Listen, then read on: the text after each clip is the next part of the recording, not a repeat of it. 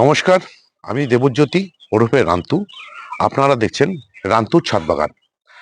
আজকে আমার চ্যানেলে যে ভিডিওটি নিয়ে এসেছি আমি, এই ভিডিওটি একদম আলাদা একটি ভিডিও।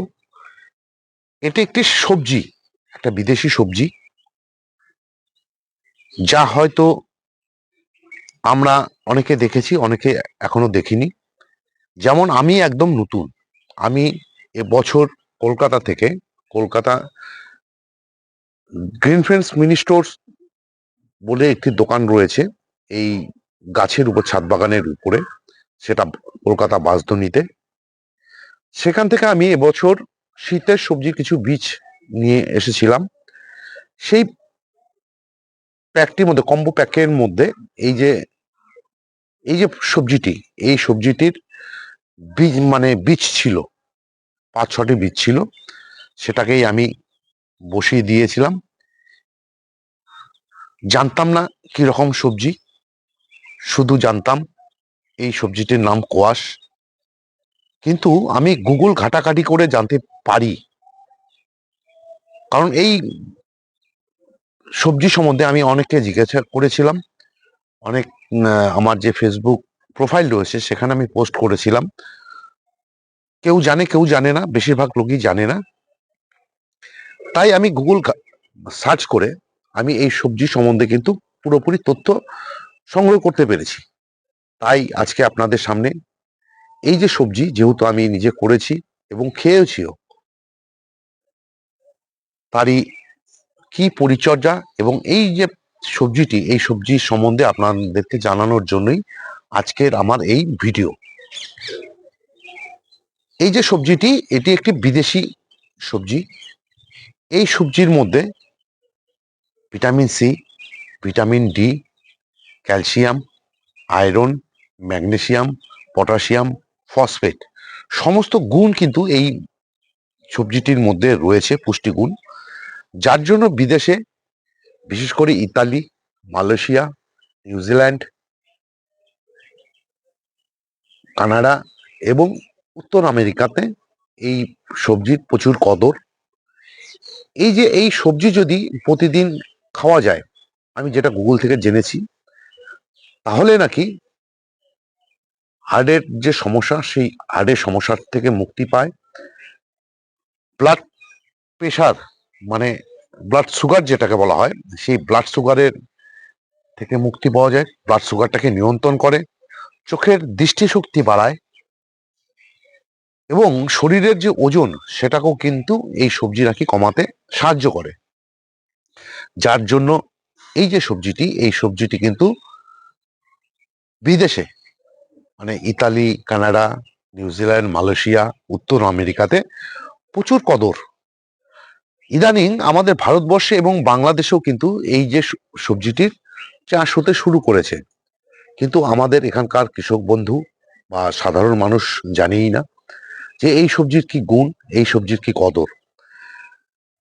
আজকে আমার শুধু ভিডিওটি আপনাদের জন্যও না, কৃষক বন্ধুদের জন্যও কিছুটা। কারণ এই যে সবজিটি, এই সবজিটি খুব সুন্দরভাবে তৈরি হয়। কারণ আমি এই সবজি সম্বন্ধে কিছু জানতাম না, কি রকম পাত্রে বসাতে হয় সেটাও জানতাম না। আমি কি করেছি, এই যে একটি থার্মোকলের কার্টুন, এই কার্টুনের মধ্যে 2টি বীজ বসিয়ে দিয়েছিলাম। আর এই যে 20 লিটারের যে জলের ড্রাম, এই 20 লিটার জলের ড্রামের মধ্যে কিন্তু বসিয়ে দিয়েছিলাম। তখনও কিন্তু আমি জানতাম না, তখনও কিন্তু গুগল সার্চ করে আমি দেখিনি যে এই যে সবজিগুলো, মানে এদের যে, মানে টব নির্বাচন, জায়গা নির্বাচন কিরকম, তাতে এখন জানতে পেরেছি যে কোনো টবেই, মোটামুটি 8-এর উপরে যে কোনো সাইজের টবেই এই গাছ ভালো হয়।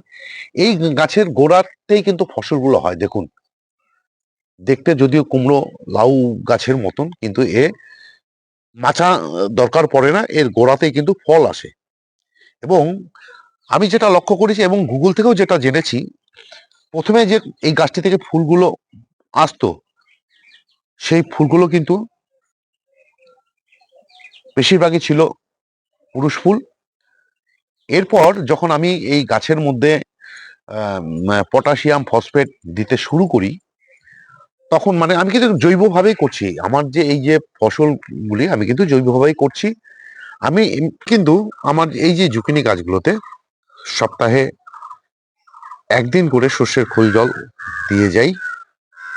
আর 15 দিন অন্তর অন্তর এই যে যখন ফুলগুলো যখন আসতে শুরু করে তখন জানতে পারি যে প্রথম দিকে নাকি পুরুষ ফুল আসে, তার জন্য ফসফেট এবং পটাশিয়াম দিতে লাগে।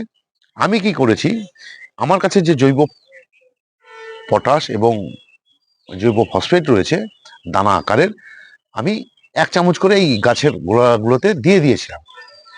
দিতেই দেখতে পারি যে এখন যে ফুলগুলো আসছে দেখুন বেশিরভাগই কিন্তু স্ত্রী ফুল। এই যে এখানে দেখুন, এই যে একটি পুরুষ ফুল রয়েছে, পুরুষ ফুলের সংখ্যা কিন্তু এখন অনেকটাই তুলনামূলক কমে গেছে, এখানে দুটো রয়েছে। এই পুরুষ ফুলগুলো দিয়ে নাকি আমরা মিষ্টি কুমড়োর ফুলের যে বড়া খাই, এই ফুল দিয়েও নাকি খাওয়া যায় শুনেছি। এতক্ষণ আপনাদের সামনে আমি এই যে সবজিটির বিবরণ দিলাম, অথচ আপনাদের নামটি বলিনি। নামটি না বলার কারণ হচ্ছে আপনাদেরকে একটু উৎসাহ বাড়ানোর জন্য। এই সবজিটির নাম বিদেশে মানে ইতালি, কানাডা ওইসব জায়গাতে এই সবজিটিকে বলে হচ্ছে সামার কোয়াশ। আমাদের এখানে এটাকে বলে জুকিনি বা জোকানি, যে যেমন। আবার পশ্চিমবঙ্গতে যেসব জায়গাতে ইদানিং একটু সবজির চাষ হচ্ছে সেখানে কিন্তু এই সবজিটাকে বিদেশি কুমড়ো বলেই চেনে।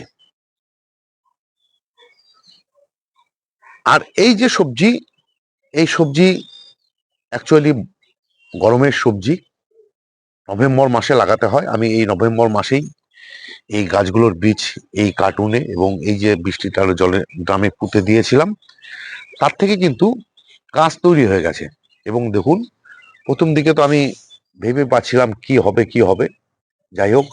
এবং প্রথমে যেহেতু পুরুষ ফুল আসছিল, সেই পুরুষ ফুলগুলি দেখে মনটা খারাপ হয়ে গেছিল, কিন্তু যাই হোক এখন সবই হচ্ছে স্ত্রী ফুল।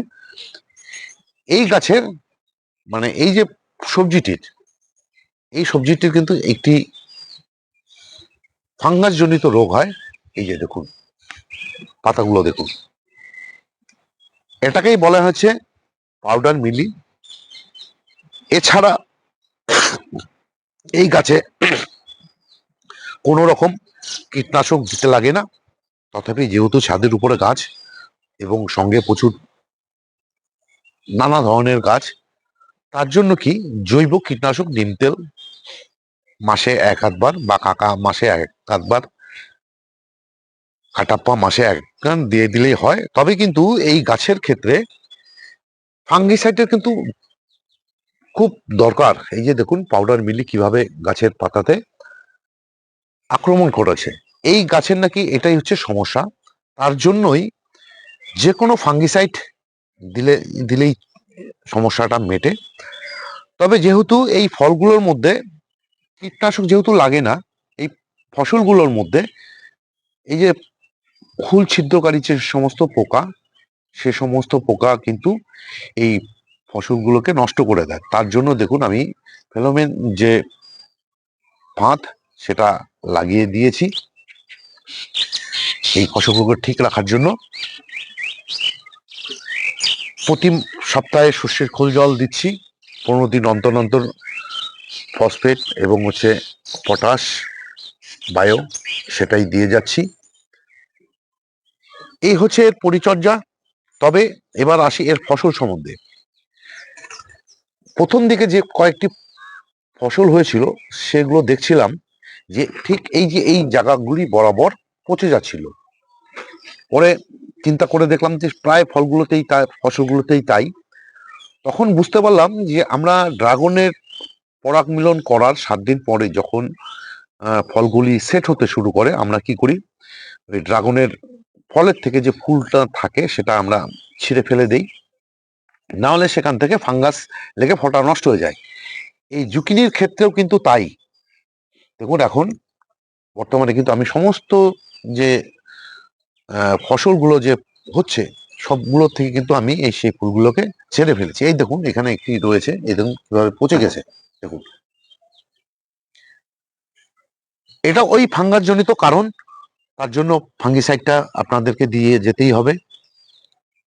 এখানে আরেকটি কথা বলা হয়নি, সেটা হচ্ছে আমরা যদি এই যে এই ফসলটি মানে জুকিনি বা সামার কোয়াশ যেটাকে, এটাকে যদি আমরা অর্থনৈতিক বা অর্থকরী ফসল হিসাবে ব্যবহার করি, তাহলে কিন্তু কৃষক বন্ধুরা, আমার মনে হয় যেহেতু এই ফসলের মধ্যে প্রচুর পুষ্টিগুণ রয়েছে, ভালো একটি বাজারজাত মানে ফসল হিসাবে বা অর্থকরী ফসল হিসাবে কিন্তু গণ্য হতে পারে। তবে এই বীজের খুব একটা সমস্যা নেই, বীজ চাইলেই পাওয়া যায়।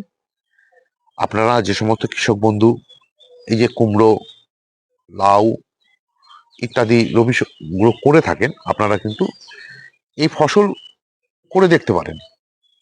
জুকিনি সম্বন্ধে আপাতত এতটুকুই আমি জানি বা এতটুকুই জানতে পেরেছি। তাও যতটুক জানালাম আপনাদের হয়তো কাজে লাগবে বা উৎসাহ বাড়বে এই ফসল করতে। কেননা এই ফসল দুভাবেই খাওয়া যায়, একটু হচ্ছে রান্না করে, শশা, কুমড়ো, লাউ আমরা যেভাবে খাই সেভাবে খাওয়া যায়, এবং বিদেশে বিশেষ করে যে যেখানে এই চাষগুলো হয় সেখানে কিন্তু ওরা স্যালাড হিসাবে, শশা যেমন আমরা স্যালাড হিসাবে ব্যবহার করি মানে খাই, ঠিক ওখানেও কিন্তু ঠিক এভাবেই ব্যবহার করে খায়। তবে এই যে জুকিনির যে ফলগুলো দেখলেন, এখানে দেখুন এই যে এই এক ধরনের, আবার এখানে দেখুন এই ধরনের, এটা কিন্তু বিভিন্ন জাতের, জাতের বলতে হচ্ছে ফসল এক, কিন্তু এদের কীটি আলাদা আর কি, প্রজাতিটি আলাদা আর কি, মানে প্রজাতি বললে ভুল হবে, কালার হচ্ছে আলাদা। আমার কাছে দেখুন 5টি গাছ রয়েছে, এক দুই না 4টি গাছ, 4টি গাছের মধ্যে একটি হয়েছে শশার মতন, আর 3টিতে কিন্তু এই হলুদ রঙের।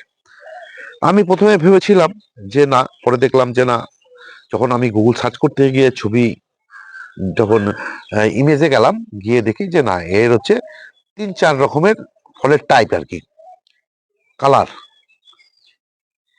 এই ছিল মোটামুটি আজকে এই জুকিনি বা সামার কোয়াশ সের উপরে ভিডিওটি যদি আপনাদের ভালো লেগে থাকে তাহলে একটি লাইক দেবেন, কমেন্ট করবেন, আর আমার এই যে চ্যানেল, আমার এই চ্যানেলটিকে সাবস্ক্রাইব করে নেবেন। কেননা প্রতিদিন দুপুর 1টায় আমার এই চ্যানেলে এই যে গাছ সংক্রান্ত বিভিন্ন বিষয়ের উপর কোনো না কোনো ভিডিও চলেই আসে। সেই ভিডিও দেখতে বা পেতে চাইলে আপনাদের কিন্তু আমার এই চ্যানেল সাবস্ক্রাইব করে নিতেই হবে। সবাইকে অশেষ অশেষ ধন্যবাদ এবং শুভেচ্ছা জানিয়ে আজকের এই ভিডিও শেষ করছি। সবাই ভালো থাকবেন, সুস্থ থাকবেন, সবুজের সাথে থাকবেন। ধন্যবাদ।